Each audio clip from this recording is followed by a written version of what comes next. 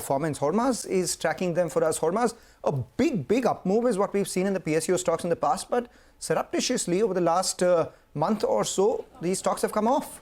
Indeed, and it is almost as if the street was anticipating that there might be some bit of anomalies when these numbers come out, because at a time when all these PSUs were going up and away, they were talked about almost every single day. But then during over this last 1 month, month and a half, when there has been this silent sell-off that has come in most of these PSU names, be it the likes of RVNL, Bharat Dynamics, MIDHANI, IRCON, all of them, if you see, have corrected anywhere between 20 to 30% from the record highs that they made in mid of July. And since then, these stocks have come off after that. Now, you start off with some of the numbers that were YOY decline, if you can say, because the estimates were very few. Bharat Dynamics is one of them. The profit was almost wiped out during the quarter. Revenue was down 36%. Margins, the EBITDA loss also widened on a year-on-year basis. Execution issues continue to hamper the company, and it is reflective in the stock price as well. MIDHANI was the other one that reported results over the weekend. Revenue was down 13%. The profit down 70%. The margins also saw contraction from almost 22% to almost down to 14% now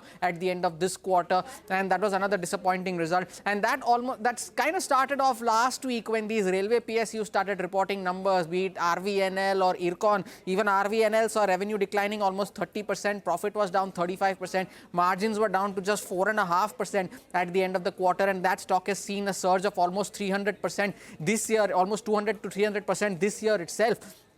And therefore, but not all PSUs have had bad numbers. Cochin Shipyard is an outlier in all of these, because the revenues here were up 62%, the profit was up nearly 80%, the margins also saw an expansion of almost 600 basis points on a year-on-year basis. But still, that stock too has corrected almost 30% from the record highs. On the valuation front, despite this correction that you have seen, they are still pretty expensive when you compare that to their 5-year averages. Look at RVNL, still trading at almost 59 times price to earnings on a 1-year forward basis, and a 5-year average is just 12 times. So it shows the kind of run-up that these stocks have seen. Even Bharat Dynamics at 39 times, 5-year average is almost 30 times. Another outlier here is Cochin Shipyard. Despite good results, trading at almost 51 times price to earnings on a 1-year forward. The 5-year average is just 14 times. And you are awaiting some more numbers from some stocks that have run up significantly. Mazagon Dock is one of them. That too has come off 15% from the record highs. HAL around 18% from the record highs. Both of them reporting numbers on the 14th. So we'll keep an eye out on both of these names, but then this silent sell-off in the PSUs is a thing to watch out for.